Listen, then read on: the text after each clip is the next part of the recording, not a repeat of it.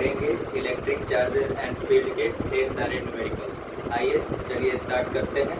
पहला क्वेश्चन हमारा ये है, 2 point charges of +16 microcoulomb and -9 microcoulomb are placed 8 centimetre apart in air.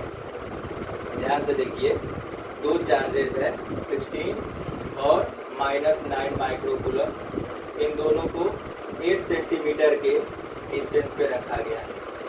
8 centimetre बोला जा रहा है कि वो पोजीशन फाइंड आउट करिए जहां पर नेट रिजल्टेंट इलेक्ट्रिक फील्ड 0 हो, यानी कि दोनों की वजह से जो नेट इलेक्ट्रिक फील्ड आएगा वो 0 आना चाहिए। उसके लिए क्या करेंगे, आप देखते हैं वो पोजीशन फाइंड आउट करने की कोशिश करते हैं। तो सपोज करिए कि मैं इन दोनों के बीच में एक पॉइंट लेकर देखता हूँ कि यहाँ पर क्या कैंसिल आउट होने की पॉसिबिलिटी है या नहीं है।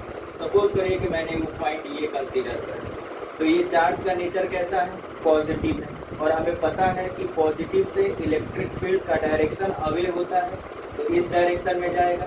और ये चार्ज का नेचर कैसा है, निगेटिव है, और ये भी हमें पता है कि निगेटिव चार्ज की वजह से इलेक्ट्रिक फील्ड का डायरेक्शन इधर ही होगा।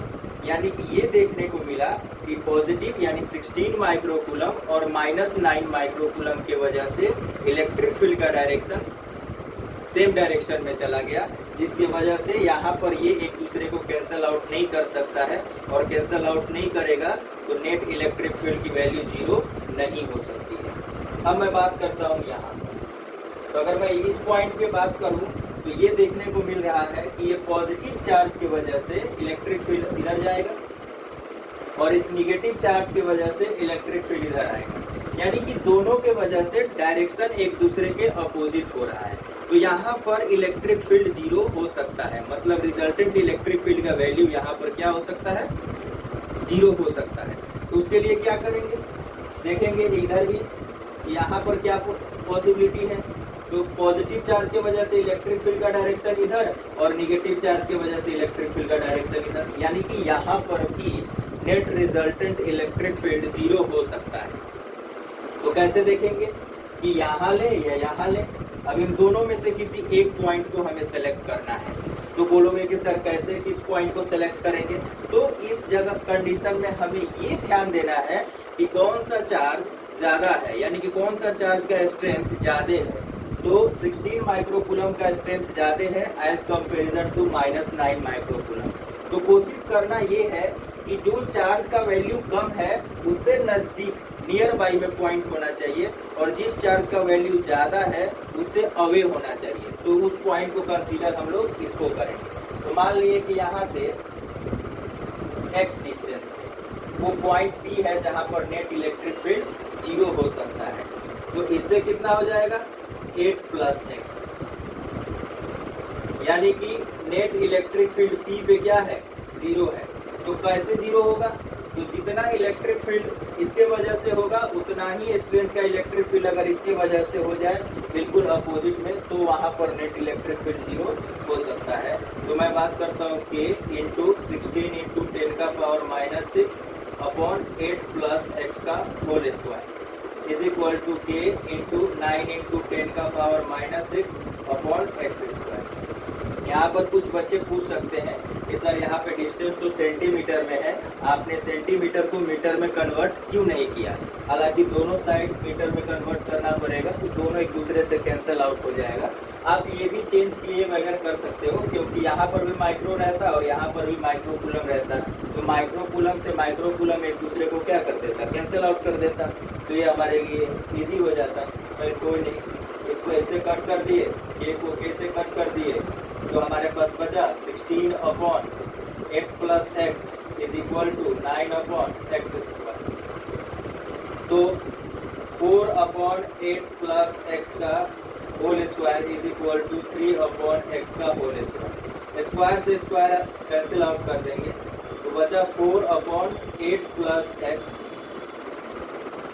Is equal to ±3 upon x। क्यों, स्क्वायर हटा तो दोनों साइड आएगा, प्लस भी आएगा और माइनस भी आएगा। तो अगर मैं पहले प्लस लेकर चलता हूँ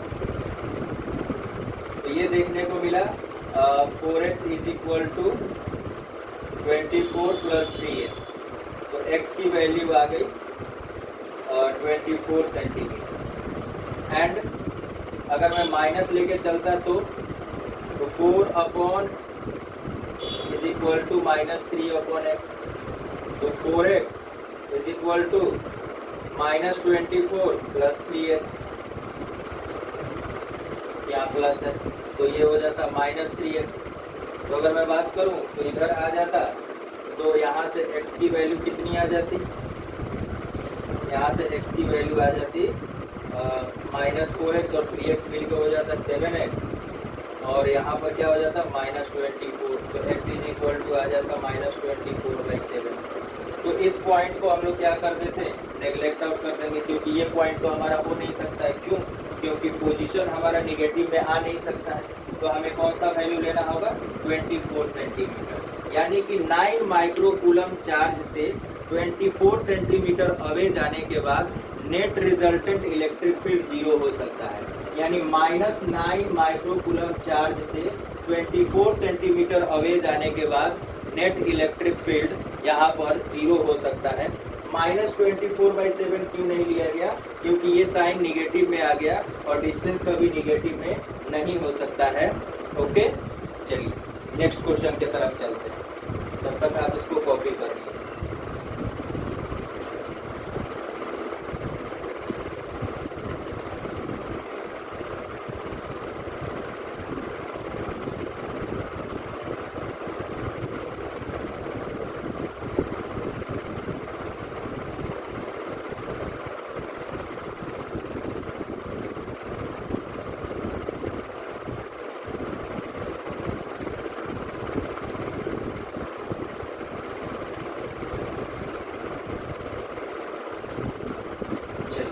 नेक्स्ट क्वेश्चन की बात करते हैं। बोल रहा है कि 2 point charges plus 4e and plus e are fixed at distance a apart.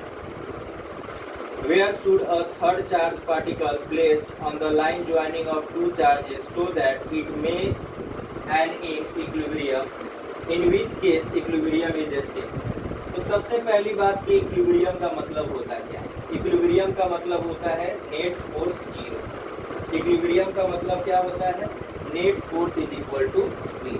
अगर मैं बात करूं, एक चार्ज हमारा 4e है और एक चार्ज हमारा e है, इन दोनों के बीच का डिस्टेंस a है। तो बोला जा रहा है कि थर्ड चार्ज पार्टिकल कहाँ पर प्लेस किया जाए ताकि इक्विलिब्रियम पोजीशन मिल जाए। इक्विलिब्रियम पोजीशन कहने का मतलब ये होता है कि वहाँ पर नेट इलेक्ट्रिक फोर्स की वैल्यू क्या होगी, 0 होगी। चलिए बात करते हैं। सपोज करिए कि चार्ज पॉजिटिव है, तो अगर चार्ज पॉजिटिव है तो यहाँ पर अगर चार्ज को रखते हैं तो ये वाला चार्ज इसको रिपेल करेगा और ये भी इसको रिपेल करेगा, यानी कि दोनों के वजह से डायरेक्शन सेम हो जाएगा। तो यहाँ पर 0 होने की प्रोबेबिलिटी नहीं है। फिर यहाँ पर अगर रखते हैं तो यहाँ भी सेम ही कंडीशन होगा, दोनों चार्ज की वजह से जो फोर्स का डायरेक्शन होगा वो एक साइड चला जाएगा, तो यहाँ भी नहीं रख सकते हैं। तो फिर कहाँ रखें तो ज़्यादा बेटर होगा, बीच में रख कर देखते हैं। मान लेते हैं कि कहाँ रखें, तो नज़दीक में रखना है किसके, जिस चार्ज की वैल्यू कम है। मान लेते हैं कि यहाँ से x है ब्रदर के लिए, तो ये कितना हो जाएगा a - x, और उस चार्ज की वैल्यू क्या है q। यानी कि जितना फोर्स लगा के ये इसको इधर रिपेल करेगा, अगर उतना ही फोर्स लगा के ये इसको इधर रिपेल कर दे तो नेट फोर्स यहाँ पर क्या हो जाएगा, 0 हो जाएगा। मीन्स कि ये पॉइंट हमें इक्विलिब्रियम में मिल जाएगा।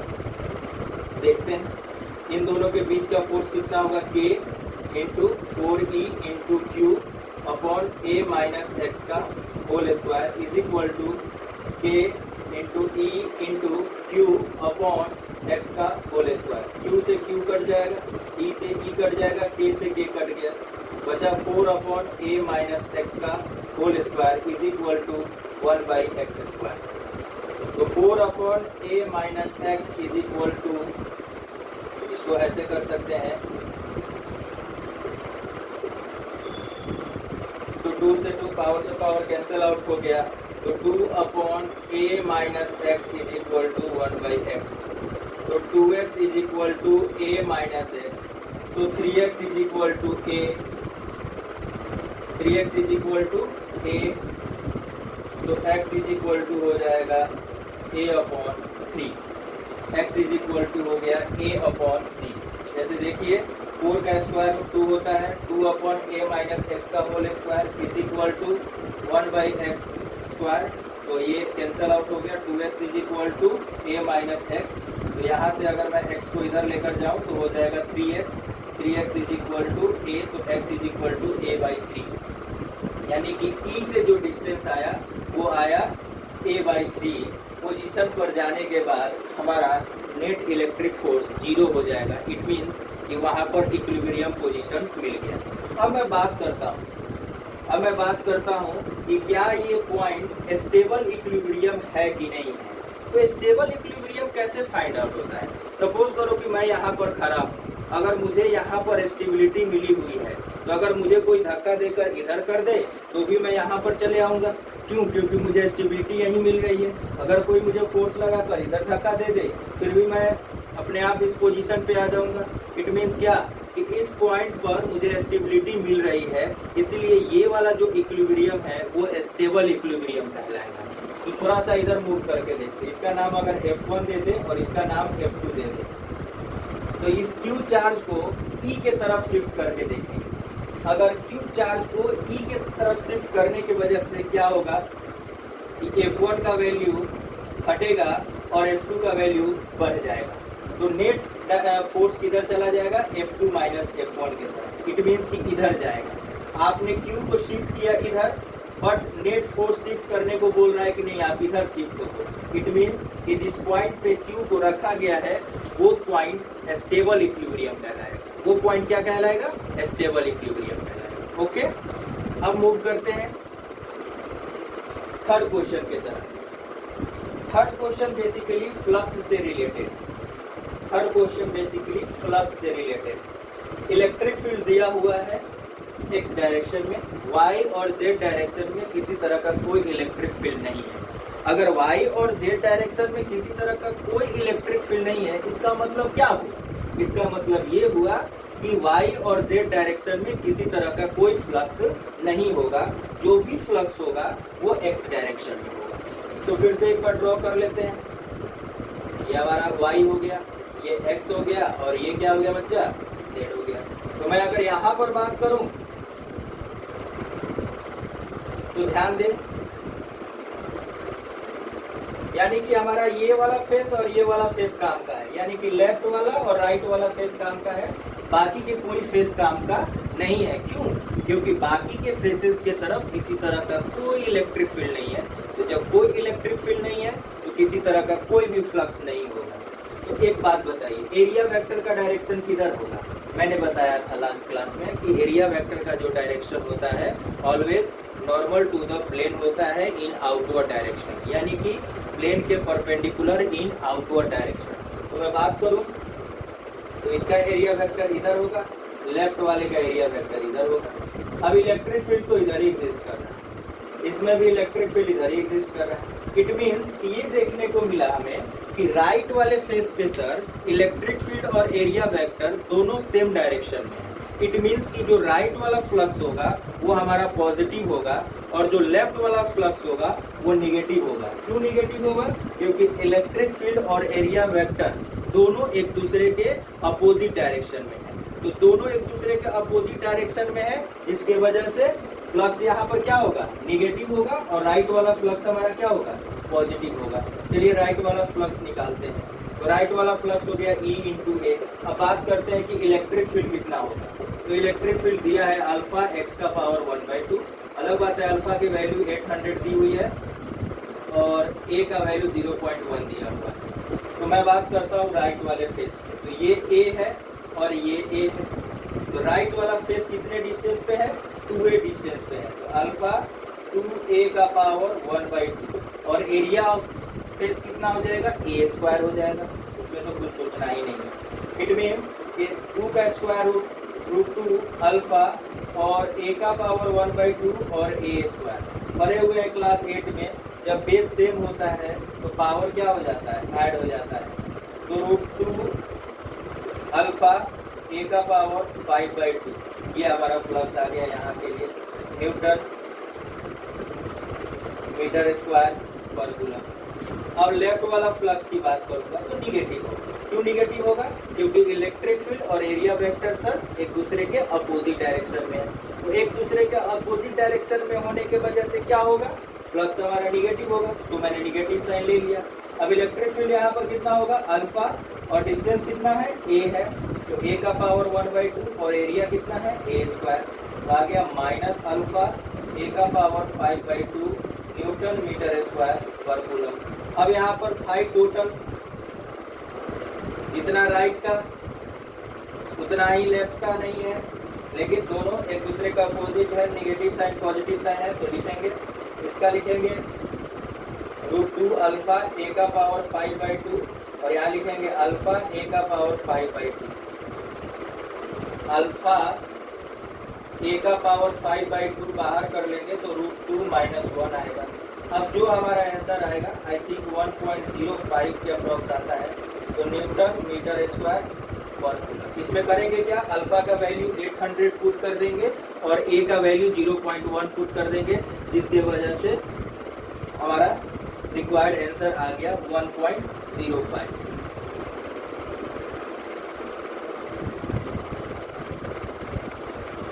न्यूटन मीटर स्क्वायर पर कूलम।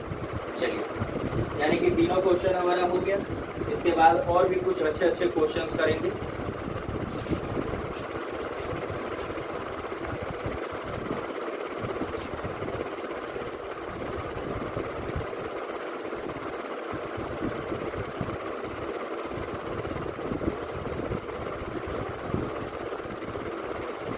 जैसे एक क्वेश्चन और करते हैं, देखते हैं। फ्लक्स का ही रिलेटेड है, क्वेश्चन नंबर 4। उसमें क्या होगा सर? एक सिलेंडर है, सिलेंडर के सेंटर पे एक चार्ज क्यू रखा गया है। 3 पॉइंट कंसीडर किया गया है, ए, बी और ये ए है, ये बी है और ये सी है। बोला गया है कि बी के थ्रू जो फ्लक्स है वो फाई है, यानी कि बी पॉइंट के थ्रू जो फ्लक्स जनरेट हो रहा है उसको फाई बोला गया है। और ए और सी के द्वारा जो फ्लक्स क्रिएट होगा वो दोनों इक्वल है। तो हमें पता है कि ए या सी में से किसी एक चीज़ की वैल्यू बतानी है। तो ए और सी क्या है? दोनों सिमिलर है। तो हमने पढ़ा हुआ है गॉस लॉ से, जो नेट फ्लक्स होता है वो होता है Q in by epsilon naught. अब कितने पॉइंट है? A plus B plus C is equal to Q by epsilon naught. अब बोलोगे कि क्वेश्चन में कहा गया है ए और सी क्या है? इक्वल है। तो मैंने इसका नाम दे दिया 2 फाई ए, मतलब फाई सी और फाई ए दोनों इक्वल है, तो उन दोनों के जगह पर मैंने 2 फाई ए लिख दिया प्लस फाई, क्योंकि बी के द्वारा जो इलेक्ट्रिक फ्लक्स है वो हमारा नोन है, is equal to Q by epsilon not.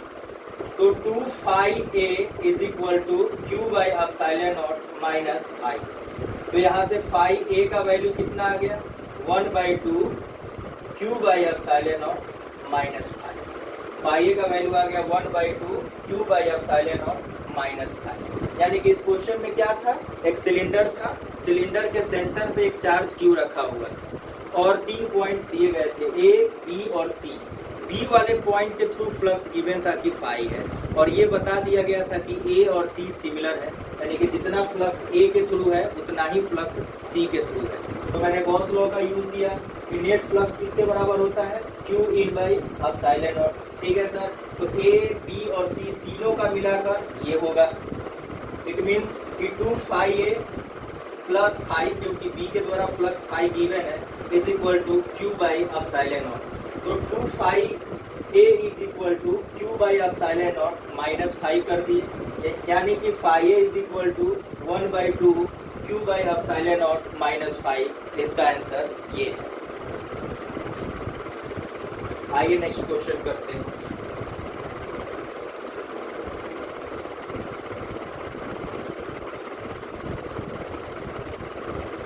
Question number 5, जो कि क्वेश्चन नंबर 3 के जैसा ही है। ये हमारा एक्स एक्सिस हो गया, ये हमारा जेड एक्सिस हो गया और ये हमारा वाई एक्सिस हो गया। एक्स एक्सिस पे एक सिलेंडर रखा गया है, इसका लेंथ 1 मीटर है और ये भी डिस्टेंस 1 मीटर है।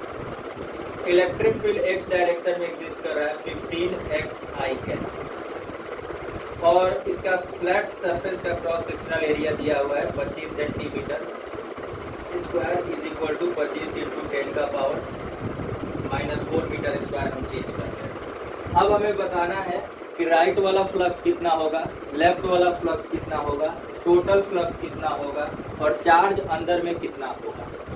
चलिए बात करते हैं राइट वाले फेस का एरिया वेक्टर किधर होगा, राइट डायरेक्शन में होगा, इलेक्ट्रिक फील्ड भी इधर है। लेफ्ट वाले का एरिया वेक्टर किधर होगा, ये इधर होगा और इसका इलेक्ट्रिक फील्ड इधर है राइट में। इट मीन्स कि ये देखने को मिला कि सर जो राइट वाला फेस है उसके थ्रू फ्लक्स जो आएगा वो पॉजिटिव आएगा, E इंटू ए। अब 50 इंटू एक्स है तो ओरिजिन से कितना डिस्टेंस पे है राइट वाला फेस, 2 यूनिट पे है, तो 50 इंटू 2 इंटू एरिया इसका कितना है 25 इंटू 10 का पावर -4। तो मैं अगर बात करूं 2500 इंटू 10 का पावर -4 न्यूटन मीटर स्क्वायर पर कूलम। अब मैं लेफ्ट वाले की बात कर रहा हूँ, तो लेफ्ट वाला फ्लक्स देखकर ही लग रहा है क्या निगेटिव होगा सर, तो निगेटिव लिख लिए। और निगेटिव होगा इसका मतलब क्या होगा कि इलेक्ट्रिक फील्ड यहाँ पे 50 इंटू 1 इंटू 25 इंटू 10 का पावर -4। इट मीन्स कि 1250 माइनस इंटू 10 का पावर -4 न्यूटन मीटर स्क्वायर पर कूलम। यानी ये देखने को मिला कि राइट वाला फ्लक्स सर पॉजिटिव है और लेफ्ट वाला फ्लक्स क्या है निगेटिव है। तो नेट फ्लक्स क्या होगा सर, सब्ट्रैक्ट कर देंगे, कौन सी बड़ी बात है इसमें सब्ट्रैक्ट कर देंगे। तो हमारा ये हो गया 2500 इंटू 10 का पावर -4 माइनस 1250 इंटू 10 का पावर -4, तो हमें मिला 1250 इंटू 10 का पावर -4 न्यूटन मीटर स्क्वायर पर कूलम। यानी कि नेट फ्लक्स हमारा मिल गया। अब phi net is equal to क्या होता है, phi net is equal to basically होता है Q in by epsilon naught. तो Q इन कितना हो जाएगा, phi net into epsilon naught, जो हमारा आंसर हो चार्ज आ जाएगा। तो सबसे जरूरी इसमें क्या होता है नेट फ्लक्स निकालना। तो नेट फ्लक्स कैसे निकला, राइट और लेफ्ट ये देख लेना है कि इलेक्ट्रिक फील्ड और एरिया वेक्टर का डायरेक्शन अगर सेम डायरेक्शन में है तो फ्लक्स पॉजिटिव होगा। अगर इलेक्ट्रिक फील्ड और एरिया वेक्टर दोनों एक दूसरे के अपोजिट डायरेक्शन में होगा तो उस केस में जो फ्लक्स होगा वो निगेटिव होगा। और नेट फ्लक्स करने जाएंगे तो यहाँ पर क्या होगा, सब्ट्रैक्ट हो जाएगा और सब्ट्रैक्ट होने की वजह से हमारा ये इलेक्ट्रिक फ्लक्स आ गया। और बाद में हम ये स्टेप यूज करते हैं phi net is equal to Q in by epsilon naught. तो यहाँ पर Q इन की वैल्यू हो जाएगी phi net into epsilon naught. Video pause करके इसका सॉल्यूशन कर लेंगे। ये जितने भी क्वेश्चंस मैं करा रहा हूँ ये CBSE बोर्ड में आए हुए हैं, तो इसको अच्छे से कंप्लीट करना है। एक बार खुद से भी बनाने का कोशिश करना है, सॉल्व करने की कोशिश करनी है ताकि अच्छे से अच्छे तरीके से आपको कंसेप्ट क्लियर हो जाए। अब मैं बात करता हूँ क्वेश्चन नंबर 6। 6 नंबर क्वेश्चन क्या कह रहा है कि two similar charges are placed at distance d, then the force between them is F. Find the number of electrons find out करना है। यानी कि दो सिमिलर चार्ज है Q और Q, इन दोनों को d डिस्टेंस पे रखा गया है जिस वजह से उनके बीच में जो फोर्स लग रहा है वो F लग रहा है। यानी कि हमें ये पता करना है कि इसमें total number of electron missing कितने हैं, यानी कि नंबर ऑफ इलेक्ट्रॉन्स एक्चुअली में कैलकुलेट करना है। तो हमें पता है कि F इज इक्वल टू होता है K Q1 Q2 upon R square. तो Q1 और Q2 तो यहाँ पर इक्वल है Q which is equal to N into E और R की वैल्यू D दी हुई है।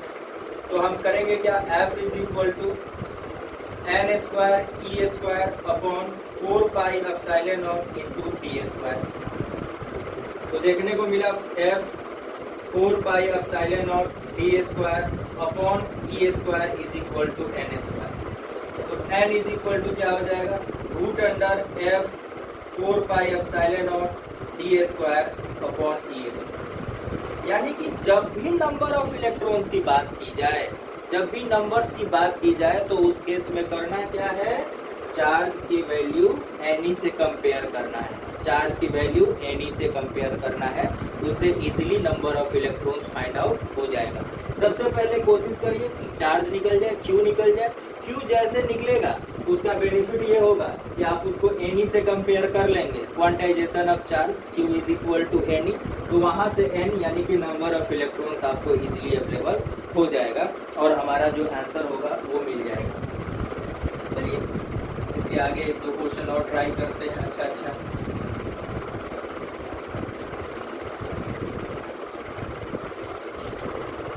क्वेश्चन नंबर 7, मैं बात करूं कि एक इक्विलेटरल ट्रायंगल है सर, एक पे क्यू रखा गया है, एक पे क्यू रखा गया है और यहाँ पर क्यू नॉट रखा गया है। हमें नेट फोर्स पता करना है, net force on Q not, यानी कि इन दोनों के वजह से इस पे कितना फोर्स लगेगा ये हमें कैलकुलेट करना है। तो इसके लिए क्या करेंगे, 1 बाई 1 देखेंगे। इक्विलेटरल ट्रायंगल है तो साइड एल ले लेते हैं। जनरल के लिए आपको न्यूमेरिकल वैल्यू के साथ क्वेश्चन में मिल सकता है, बट कंसेप्ट सीखना है तो इसको लेकर चलते हैं ताकि इजीली कैलकुलेट हो जाए। क्यू और क्यू नॉट दोनों पॉजिटिव नेचर का फोर्स है, तो क्या होगा सर, इन दोनों के बीच में जो फोर्स लगेगा वो रिपल्सिव नेचर का फोर्स लगेगा, यानी ये क्यू नॉट को अपने से दूर पुश करेगा। तो मान लीजिए कि मैंने इसका नाम F1 दे दिया, ये क्यू सिमिलरली इस क्यू नॉट को अपने से दूर भेजेगा, यानी कि इन दोनों के बीच का जो रिजल्टेंट फोर्स होगा वो ये होगा, यानी इन दोनों के बीच का जो रिजल्टेंट फोर्स होगा वो इस डायरेक्शन में होगा। तो मैं बात करूँ F1 कितना हो जाएगा सर, के Q not upon L square, और F2 कितना हो जाएगा, के Q not upon L square, और थीटा का वैल्यू कितना है 60 डिग्री, बिकॉज इक्विलेटरल ट्रायंगल। अब एक बात बताइए, जब F1 इक्वल हो जाए किसके, F2 के, उस केस में नेट रिजल्टेंट का formula 2F1 cos theta by 2, तो 2 के Q not upon L square, और थीटा कितना है 60 डिग्री है, तो 60 का हाफ कितना हो जाएगा 30 डिग्री, और cos 30 की वैल्यू कितनी होती है √3/2, कितनी होती है √3/2, तो 2 से 2 कट गया, √3 के Q not upon L square, यानी कि नेट फोर्स, यानी दोनों चार्जेस की वजह से क्यू नॉट पे जो नेट फोर्स लगेगा वो इतना लगेगा √3 के Q not upon L square. Okay, दो चार्जेस था क्यू और क्यू, उन दोनों के वजह से क्यू नॉट पे नेट फोर्स हमें निकालना था, कोई बड़ी बात नहीं है। इन दोनों के बीच का फोर्स निकाल लिया, इन दोनों का बीच का फोर्स निकाल दिया और इन दोनों का रिजल्टेंट ले लिया। कुछ बच्चे बोलेंगे कि सर इन दोनों के बीच में आपने तो निकाला ही नहीं, तो बच्चा इन दोनों के बीच में तो पूछा ही नहीं है, पूछा किसके पे है, इस पे, यानी कि दो दोस्त हैं, इन दोनों को मिलकर किसी तीसरे पे फोर्स लगाना है, तो वो तीसरे पे कितना फोर्स लगाएंगे वो हमें यहाँ पर कैलकुलेट करना था, जो कि हमने इजिली कैलकुलेट कर लिया। तो इसके आगे एक दो क्वेश्चन और ट्राई करते हैं।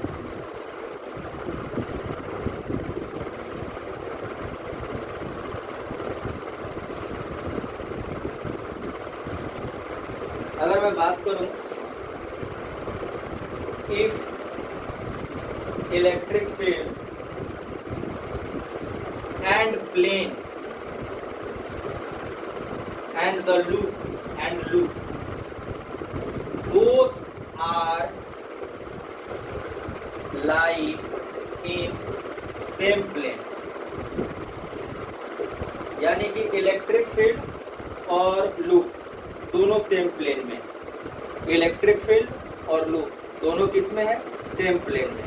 तो उस केस में जो एंगल होता है, जो एरिया वेक्टर और इलेक्ट्रिक फील्ड के बीच का जो एंगल होता है वो 90 डिग्री हो जाता है। वो क्या हो जाता है? 90 डिग्री। बिकॉज आप मान लीजिए जिधर इलेक्ट्रिक फील्ड है, जिस प्लेन में इलेक्ट्रिक फील्ड दिया हुआ है, उसी प्लेन में लूप को भी प्लेस किया गया है। इट मीन्स कि एरिया वेक्टर देखने के लिए क्या करेंगे? लूप के परपेंडिकुलर देखेंगे। तो लूप का परपेंडिकुलर और इलेक्ट्रिक फील्ड दोनों एक दूसरे के क्या हो गया? 90 डिग्री का एंगल बनाया। तो जब 90 डिग्री का एंगल बनता है, उस केस में फ्लक्स कितना हो जाता है? 0 हो जाता है। उस केस में फ्लक्स कितना हो जाता है? 0। अगर वही एरिया वेक्टर और इलेक्ट्रिक फील्ड सेम लाइन में लाई करे तो उस वजह से फ्लक्स क्या हो जाएगा? पॉजिटिव हो जाएगा। चलिए हम लोग आते हैं आगे के क्वेश्चंस पर, ट्राई करते हैं।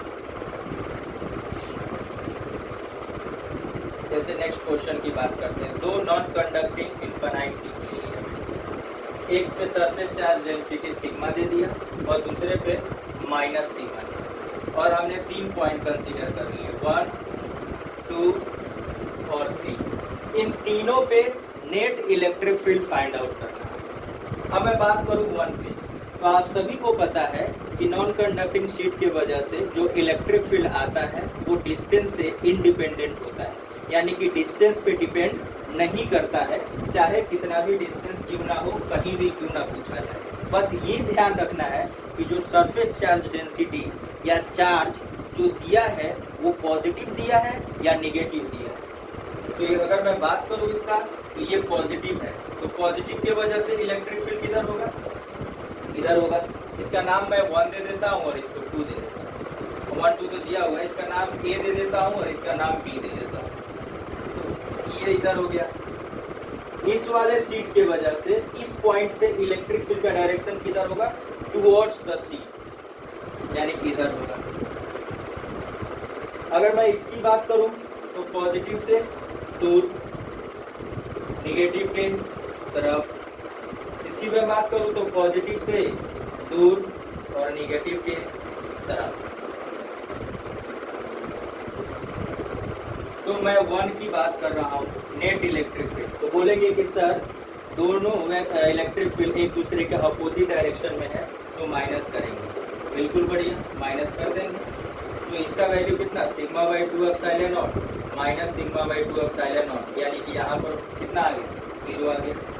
2 पे क्या है? सेम डायरेक्शन, तो सेम डायरेक्शन में है तो ऐसे कर लेंगे।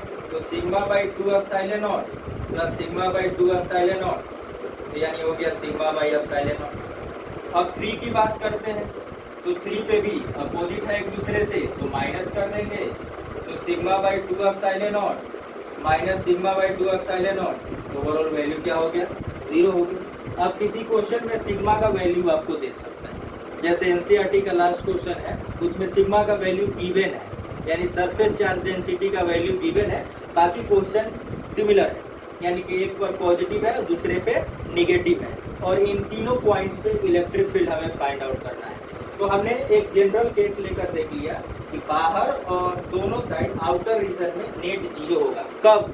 जब दोनों शीट पे मैग्नीट्यूड सेम हो और नेचर एक दूसरे के क्या हो जाए? अपोजिट हो जाए। उस केस में यहाँ पर इलेक्ट्रिक फील्ड 0 हो जाएगा और बीच में ऐड हो जाएगा। रीजन क्यों? क्योंकि दोनों के वजह से सेम डायरेक्शन।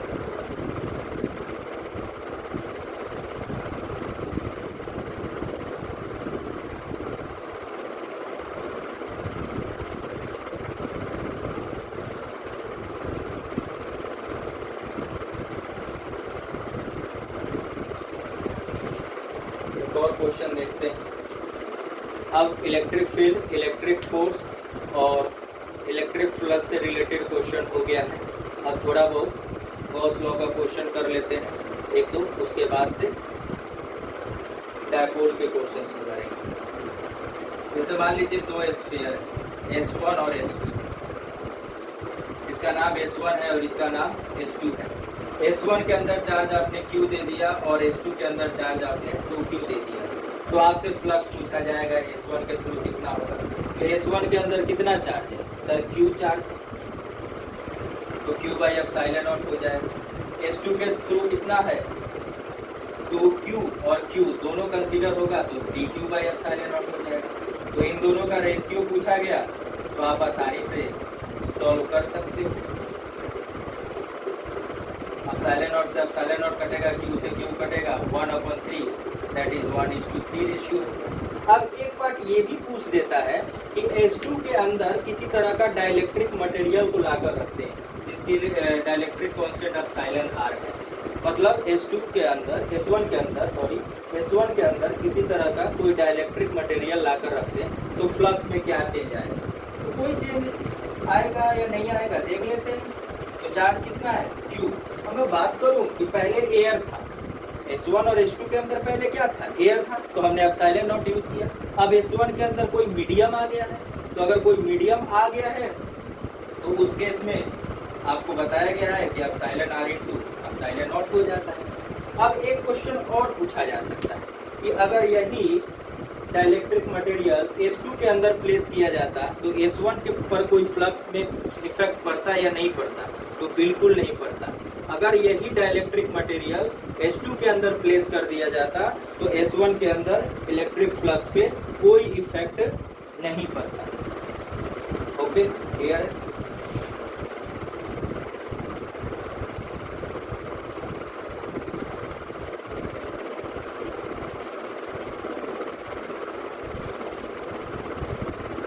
क्वेश्चन है, इफ इलेक्ट्रिक फील्ड 10⁵ न्यूटन पर coulomb makes an angle 30 degree with electric dipole, then the torque is 8 Newton meter. Find the electric dipole moment. Electric dipole moment, तो टर्क इज इक्वल टू क्या होता है? PE sin theta. Turk दिया है 8, P का value नहीं पता है, E का वैल्यू पता है कितना? 10⁵ और sin 30। sin 30 का वैल्यू कितना होता है? 1/2, यानी P इज इक्वल टू हो जाएगा 16/10⁵, that is 16 × 10⁻⁻5 coulomb metre. It means कि टर्क का फॉर्मूला लगाकर PE sin थीटा वाला फॉर्मूला लगा के इजीली यहाँ पर electric dipole moment find out किया जा सकता है। अच्छा, एक और क्वेश्चन पूछा जाता है कि सपोज करिए कि आपके पास एक क्यूब है, उस क्यूब के अंदर इलेक्ट्रिक डायपोल को प्लेस कर दें, उस क्यूब के अंदर इलेक्ट्रिक डायपोल को प्लेस कर दें तो इलेक्ट्रिक फ्लक्स कितना हो? तो सिंपल सी बात है, आप मान ये क्यूब है, इसके अंदर आपने क्या किया है? आपने एक इलेक्ट्रिक डायपोल को प्लेस कर दिया, इसके अंदर आपने इलेक्ट्रिक डायपोल को प्लेस कर दिया, यानी कि जितना पॉजिटिव उतना नेगेटिव। तो क्यू नेट इसमें कितना हो जाता है? पढ़ा हुआ है कि sir net charge in electric dipole कितना हो गया? 0 हो गया। Net charge in electric dipole कितना हो गया? 0 हो गया। तो जब नेट चार्ज ही 0 हो जाएगा तो किसी तरह का कोई फ्लक्स होगा? बिल्कुल नहीं होगा। यानी कि क्यूब के अंदर टोटल चार्ज का वैल्यू 0 हो गया, जिसके वजह से क्यूब में अंदर किसी तरह का कोई इलेक्ट्रिक फ्लक्स नहीं होगा। रीजन क्या है कि जितना पॉजिटिव चार्ज था उतना ही नेगेटिव चार्ज था, दोनों एक दूसरे को कैंसल आउट कर दिया, जिसकी वजह से नेट फ्लक्स क्या हो गया? 0 हो गया। एक क्वेश्चन और पूछा जाता है जो कि ओरल में बोल दे रहा हूँ। जैसे मान लीजिए कि एक स्फीयर है, उस स्फीयर के अंदर एक क्यूब चार्ज उसके सेंटर पे रखा गया है। अब आपसे बोला जाएगा कि फ्लक्स कितना होगा, तो Q/ε0 हो जाएगा। अब मैंने बोला कि अगर मैं उसके रेडियस को डबल कर दूं, अगर मैं उसके रेडियस को डबल कर दूं तो फ्लक्स पे क्या इफेक्ट पड़ेगा? कोई इफेक्ट नहीं पड़ेगा। क्यों? क्योंकि ये देखना है कि स्फीयर के अंदर जो चार्ज पहले था वही अभी है या नहीं है।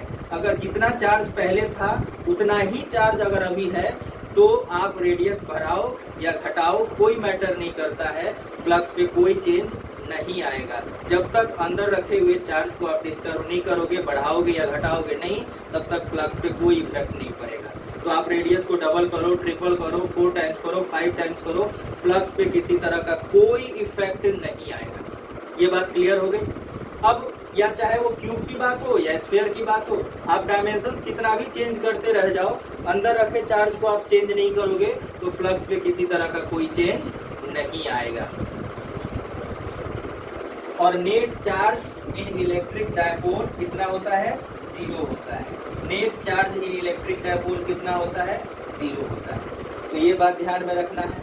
दूसरी बात कि गॉस लॉ क्या कहता है कि net electric flux through any closed surface is 1/ε0 times of total charge inside the surface.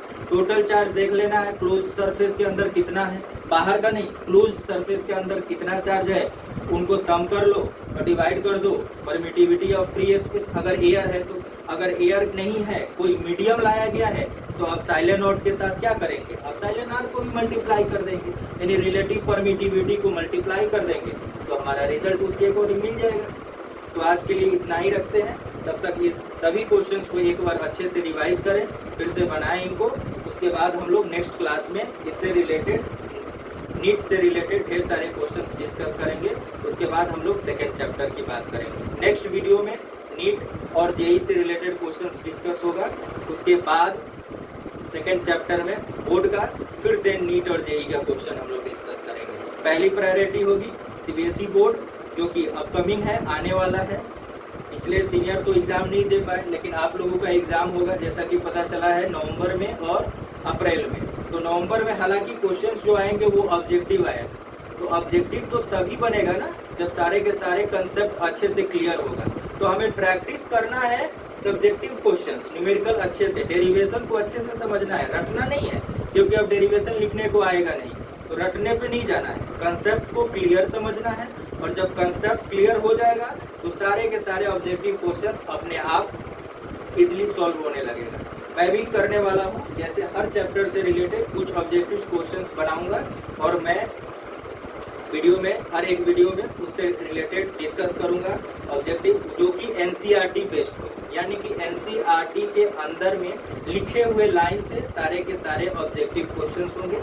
उनको 1 बाय 1 हम लोग डिस्कस करेंगे ताकि हमारा प्रिपरेशन अच्छे से अच्छे तरीके से हो और रिजल्ट 100 आउट ऑफ 100 आए।